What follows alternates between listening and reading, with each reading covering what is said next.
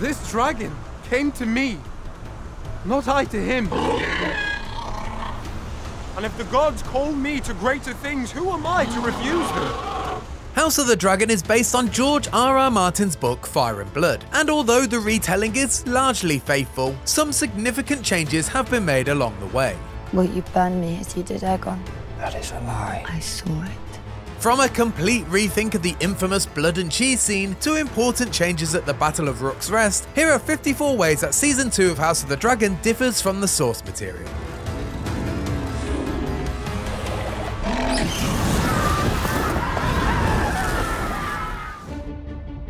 House of the Dragon wastes no time getting into the Fire and Blood alterations, ending the second season's first episode with a climactic moment worthy of its Game of Thrones lineage. The blood and cheese scene still maintains violent horrors, but what we see on screen plays out quite differently in Fire and Blood. Here's everything that's changed.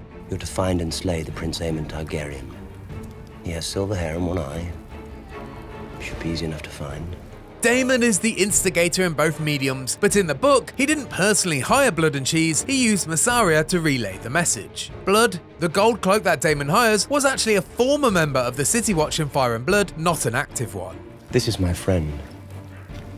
Tonight he's going to be your friend. The actual deed plays out differently and much crueler in the books. Not only is Helaena present, but her mother, the Queen Dowager Alicent, is also there, bound and gagged by the pair. In the show, Alicent is occupied with Criston Cole, but in Fire and Blood, there's no romantic relationship to be seen. We cannot. Again. Aegon and Helaena have 3 children in the book, not just the twins Jaehaerys and Jaehaera. There's a younger child called Maelor, who makes a vital difference in the scene. They both look the same. Which one's the boy? Might be that one. Instead of Blood and Cheese trying to guess who's the boy, in the book they grab both Jaehaerys and Maelor and force Helaena to choose who dies, appearing to have no preference and no consideration to the fact that Jaehaerys is the current heir. Under much duress, including a threat of rape for Jaehaera, Helaena chooses the younger son Maelor to die. Blood then kills Jaehaerys instead, mocking Maelor about his mother picking him to die. It's pretty nasty stuff. Do anything but what I ask, and I'll bleed the whole lot of you. In the aftermath of the Blood and Cheese incident, King Aegon personally kills Blood after his confession, as well as hanging all the Red Keep's rat catchers, including Cheese. In Fire and Blood, Aegon wasn't directly involved with killing Blood, and Cheese, despite being the target of the City Watch manhunt, manages to escape.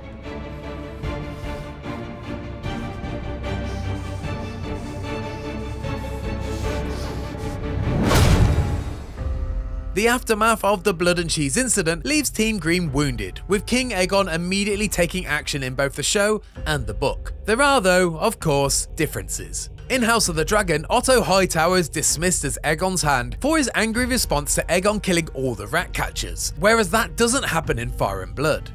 Remove your badge, Sir Otto. Otto is dismissed and replaced by Cole due to Otto's diplomatic approach and lack of results. Somewhat like the show, Aegon wants a man of action. My new hand will be a steel fist.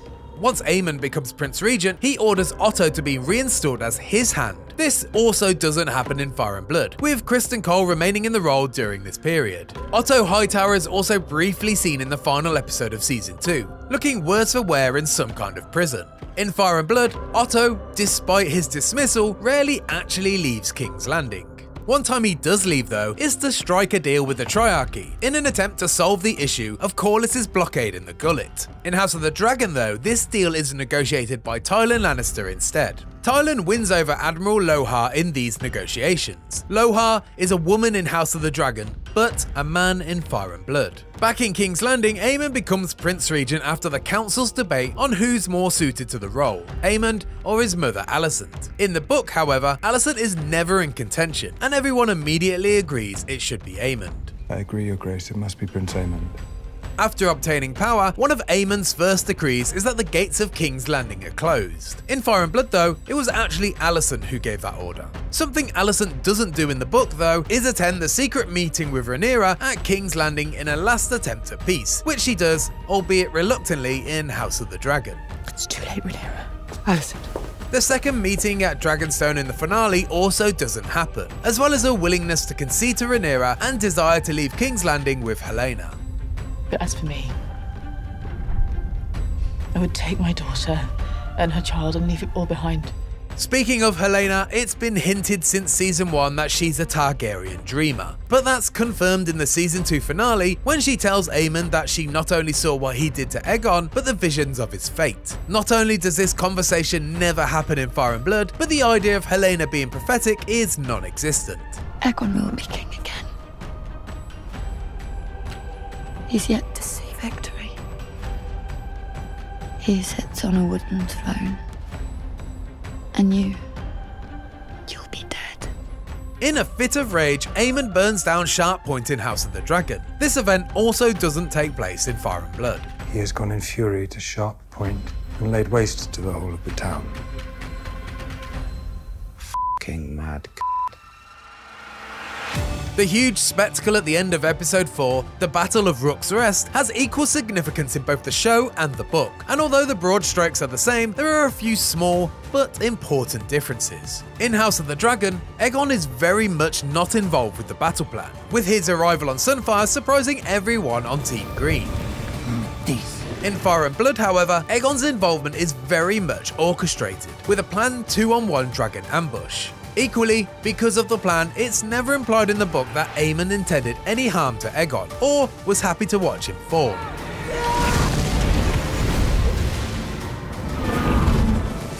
In House of the Dragon, after Sunfire and Aegon have fallen, Rhaenys has one last bold attempt to take on Vhagar and Aemond, but eventually falls to her death after Meleys is mortally wounded. In Fire and Blood though, it's Dragonfire that kills Rhaenys, and all 3 dragons fall in a moment of chaos, with only Vhagar rising from the smoke and dust. Daemon's adventures at Harrenhal take up a huge chunk of season 2, but the passage in Fire and Blood is extremely simple by comparison. Daemon arrives, takes charge, then recruits the Riverlands for Rhaenyra's cause without too much trouble.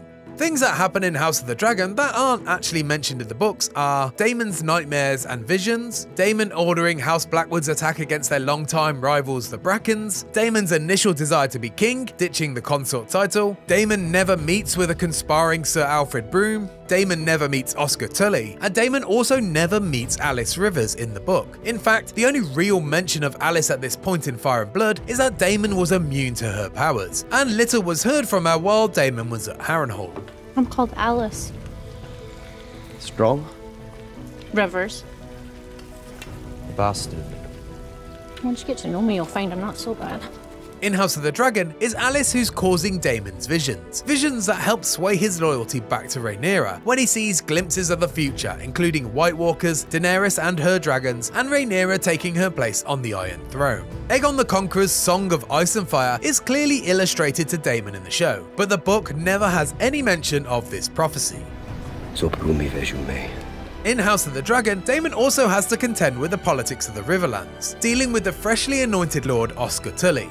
However, Oscar Tully was actually the great-grandson of Grover, not the grandson and heir to Riverrun. Grover supported Aegon's claim, unlike his wishes to remain loyal to his oath with King Viserys that was claimed by Oscar in the show. The Riverlands are held together by oaths. House Tully swore an oath to King Viserys. We recognize the authority of the named heir, Queen Rhaenyra. At this stage, House Tully also remained neutral in the war thanks to the orders from Grover's grandson Elmo. And yes, Elmo, Grover, Oscar, House Tully is only now missing Sir Cookie Monster of House Sesame. Me, Sir Cookie Monster.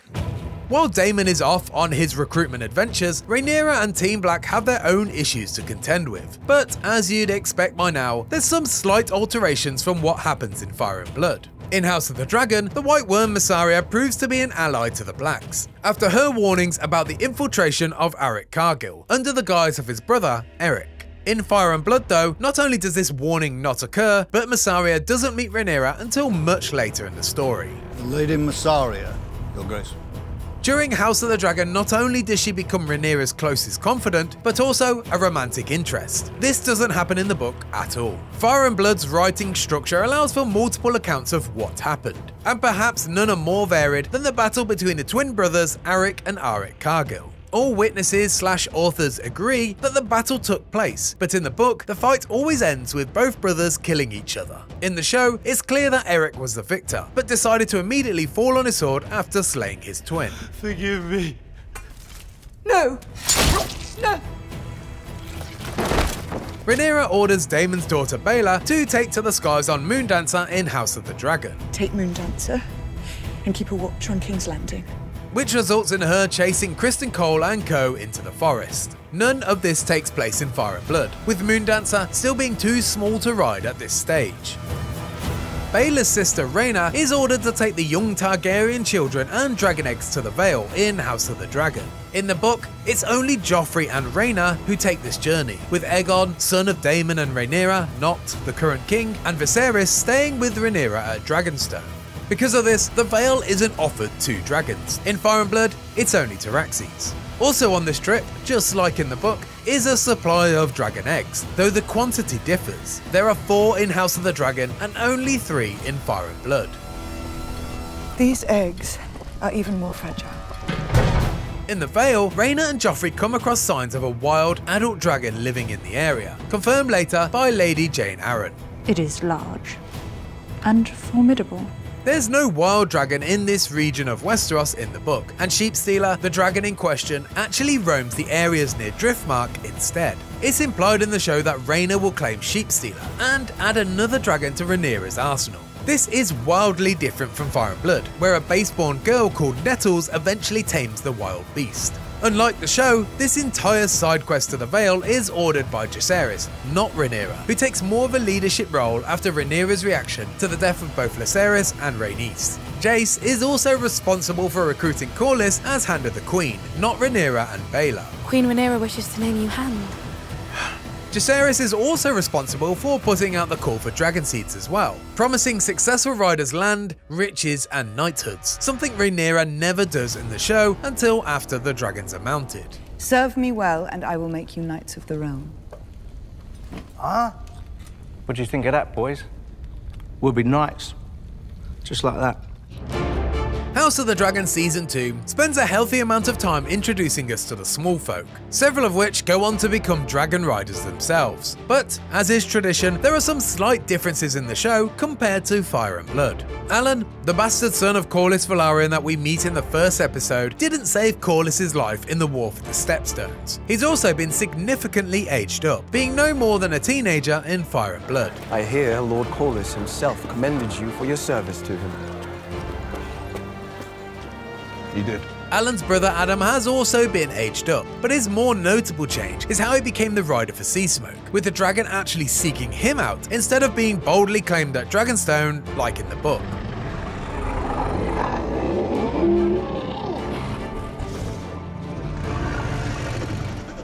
In Fire and Blood, both Alan and Adam were recruited to take part in the Red Sowing by their father, Corlys. In the show, Corlys offers the opportunity to Alan after Adam's success, but Alan declines. I am of Sultan's Sea. I yearn for nothing else. Before Rhaenys' untimely death in the show, she confronts Corlys about his illegitimate sons, sharing that she's known for a long time. In Fire and Blood though, it's never mentioned that she has any idea of Corlys' infidelities, and at first, everyone assumes that Adam and Alan are the offsprings of their son Laenor instead.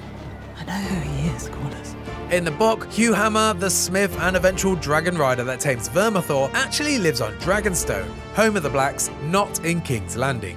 There's also no mention in Fire and Blood of Hugh having a family, or even who his mother is. She used to tell me I was no different to her brother's boys. Viserys and Daemon. Episode 2 introduces Ulf, who goes on to be the dragon rider who claims Silverwing. In Fire and Blood, Ulf follows the same fate, but is referred to as Ulf the White due to his pale white hair, something he doesn't have in House of the Dragon. And like Hugh Hammer previously, Ulf was from Dragonstone in Fire and Blood, not King's Landing. Right here. Who'd have thought it? And that's every change we thought worth mentioning for Season 2 of House of the Dragon. Did we miss anything important? Let us know in the comments, and for everything else House of the Dragon, stick with IGN.